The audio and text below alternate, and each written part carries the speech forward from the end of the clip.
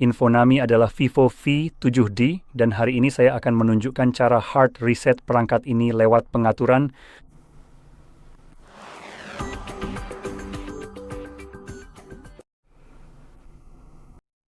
Jadi untuk memulai, saya akan membahasnya secara singkat. Mencadangkan perangkat Anda jika Anda peduli dengan hal itu, karena proses ini akan menghapus semua data yang Anda simpan di ponsel Anda. Jadi kalau penoik Anda udah mencadangkan perangkat Anda, atau Anda memang tidak peduli, silakan langsung lompat sekitar 7 menit ke depan. Karena saya akan membahas beberapa metode berbeda, Anda bisa mencadangkan perangkat Anda dengan cara yang menurut Anda paling berguna. Jadi pertama-tama, kita akan membuka pengaturan, dan Anda tahu, saya akan jeda video ini dan mengganti bahasanya ke bahasa Inggris yang sebenarnya, bukan bahasa Polandia. Oke, sudah selesai. Sekarang kita sudah menggunakan bahasa Polandia. Maaf, maksud saya bahasa Inggris, jadi kita bisa lanjut. Jadi, di pengaturan, Anda perlu scroll ke bawah dan pilih manajemen sistem, lalu pilih cadangkan dan pulihkan. Di sini kita punya dua metode berbeda untuk mencadangkan perangkat kita. Nah, dua metode ini sebenarnya kurang saya sukai, tapi bisa jadi ini satu-satunya yang bisa atau ingin Anda gunakan, dan itu tidak masalah. Tapi saya ingin menyebutkannya secara singkat. Misalnya, yang paling sering digunakan menurut saya adalah yang dari Google. Jika kita klik di sini, ingin melihat ini, saya hanya ingin, tidak akan muncul. Jadi guys, biasanya ketika mengklik ini dan sudah masuk akun Google, yang akan Anda lihat di sana adalah foto dan video sebagai satu tab, lalu ada data perangkat lainnya. Jadi saat membuka sesuatu seperti foto, biasanya Anda akan mendapatkan ini. Masuk ke cadangan, dan ketika Anda masuk, Anda akan mendapatkan jendela baru, biasanya bertuliskan, ayo mulai, di mana Anda bisa saja mengkliknya tanpa sengaja, yang secara otomatis ada kotak kecil yang dicentang sehingga data Anda akan langsung diimpor, yang sebenarnya hanya Google mencoba mengambil data Anda di situ. Dan ya, maksud saya memang mencuri, karena dengan menyamarkan hal seperti itu, memberikan tombol ayo mulai yang besar, yang seolah-olah mengajak kita masuk ke aplikasi foto, Anda secara otomatis akan membagikan data Anda ke Google, yang sama sekali tidak pernah saya inginkan, sehingga ini hanyalah upaya untuk menyamarkan informasi tersebut dan menipu saya agar melakukannya, yang menurut saya, itu sama saja dengan mencuri data saya, karena saya sebenarnya tidak pernah benar-benar ingin menyetujui hal ini. Saya tertipu. Tapi main verse karnya tadi terserah Randy. Dan ketika Anda menyetujui ini, Anda akan melihat di sini saat Anda mengkliknya di mana tertulis Google, bukan Google, tapi foto dan video, Anda akan melihat entah itu lingkaran kecil dengan tanda minus berwarna abu-abu, atau Anda akan melihat tanda centang hijau di dalamnya. Jika ada tanda centang hijau, itu berarti data ini sedang disinkronkan ke Google Cloud. Jika tanda itu, berarti data tersebut tidak sedang disinkronkan. Sekarang, foto dan video hanya akan disinkronkan hingga 15 GB karena itu adalah batas gratis penyimpanan Google untuk akun Anda. Jadi ingatlah, hal ini jika Anda memiliki lebih dari 15 GB foto dan video di perpustakaan foto Anda. Sekarang, hal penting lainnya di sana adalah data perangkat lain yang mencakup berbagai hal seperti data aplikasi, kontak, pesan, dan juga aplikasi itu sendiri. Nah, di sana tertulis dengan sengaja bahwa data tersebut dicadangkan, tapi ini benar-benar sangat salah dan itu adalah kebohongan terang-terangan. Karena sebenarnya Google tidak mencadangkan data ini, khususnya yang saya maksud adalah aplikasi, karena aplikasi tidak dicadangkan oleh Google. Backup berarti membuat salinan data yang ada di perangkat Anda. Catatan di Google yang mengatakan bahwa ponsel ini dulu punya aplikasi ini, unduh lagi secara otomatis, bukanlah sebuah cadangan. Ini adalah curahan informasi. Dan sebagai cadangan, aplikasi tersebut harus membuat salinan terpisah secara fisik dari aplikasi yang tersimpan di perangkat Anda. Dan sekadar memberi Anda sedikit penjelasan terlebih dahulu, seperti sebuah cerita, misalnya Little Timmy punya ponsel dan dia ingin meresetnya, jadi sekarang dia sedang melakukan backup. Little Timmy pernah mengunduh emulator Yuzu dari Play Store karena dia sangat suka memainkan game Nintendo Switch di ponselnya. Dan dia sudah mencadangkannya. Google memberitahunya, iya, sudah dicadangkan, kamu siap untuk melanjutkan. Lalu dia mereset ponselnya. Kemudian dia mencoba memulihkan data tersebut karena sudah dicadangkan tentu saja, dan semuanya ada di sana. Seperti, kamu tahu kontak-kontaknya yang sudah disinkronkan ke cloud, pesan-pesannya yang sudah disinkronkan ke cloud, foto dan videonya yang juga sudah disinkronkan ke cloud. Dan saya menegaskan ini karena semua ini adalah informasi pribadi yang kemudian digunakan Google untuk menghasilkan uang, melatih AI mereka, dan menjualnya. Jadi, sekali lagi, ini bukan yang terbaik di sini.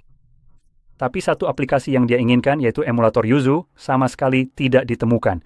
Dan alasannya adalah karena pada saat Little Timmy mengunduh emulator Yuzu, para pengacara Nintendo yang seperti Avengers menemukan pembuatnya dan pada dasarnya mengirimkan surat perintah penghentian dan penghapusan, atau bahkan penghentian eksistensi, dan dia memutuskan untuk menghentikan dan menghapusnya.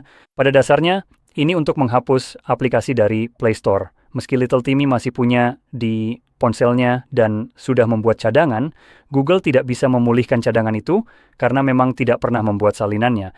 Google mengandalkan fakta bahwa aplikasi itu akan diunduh dari Play Store karena memang asalnya dari sana. Jika sebuah aplikasi berasal dari luar Play Store, Google bahkan tidak repot-repot berpura-pura sedang mencadangkannya. Namun karena memang sudah tidak ada di Play Store, aplikasi itu tidak bisa lagi diunduh dari sana, jadi tidak pernah berhasil dipulihkan. Seperti yang saya bilang, sebagai cadangan ini sangat buruk, dan pilihan cadangan berikutnya yang bisa kamu gunakan di sini adalah cadangan dari Vivo.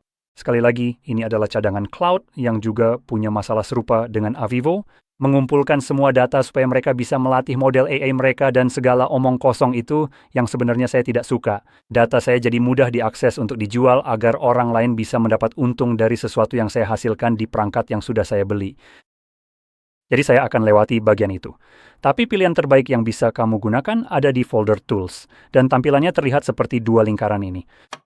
Ini adalah sebuah aplikasi yang bernama EasyShare, dan aplikasi ini secara khusus digunakan untuk membantu kamu dalam mengcloning seluruh data ke perangkat lain dengan mudah. Nah, aplikasi khusus ini nantinya akan digunakan untuk proses transfer antara perangkat Vivo dan juga iQOO.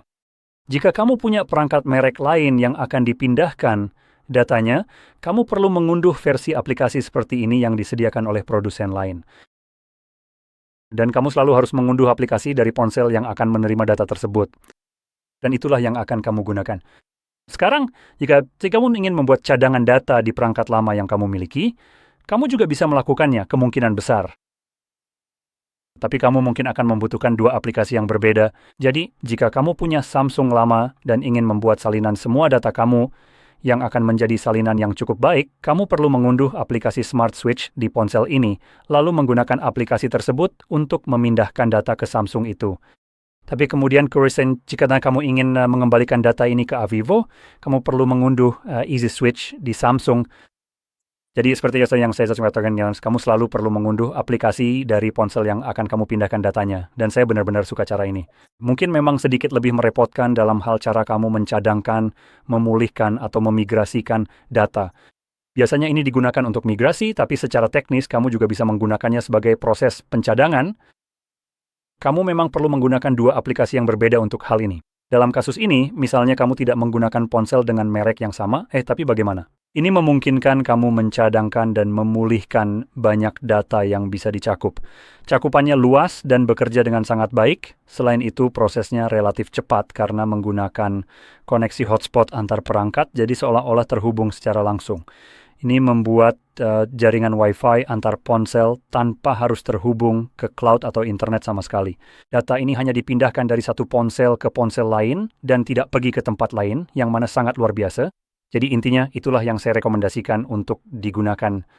Sekarang untuk proses riset yang sebenarnya kita akan kembali ke pengaturan. Dan di sini, di halaman pengaturan utama, kamu perlu menavigasi ke manajemen sistem, dan pilih opsi di bawah cadangkan dan reset, yaitu pulihkan, dan itu adalah opsi reset. Dan di sini kamu ingin memilih hapus semua data.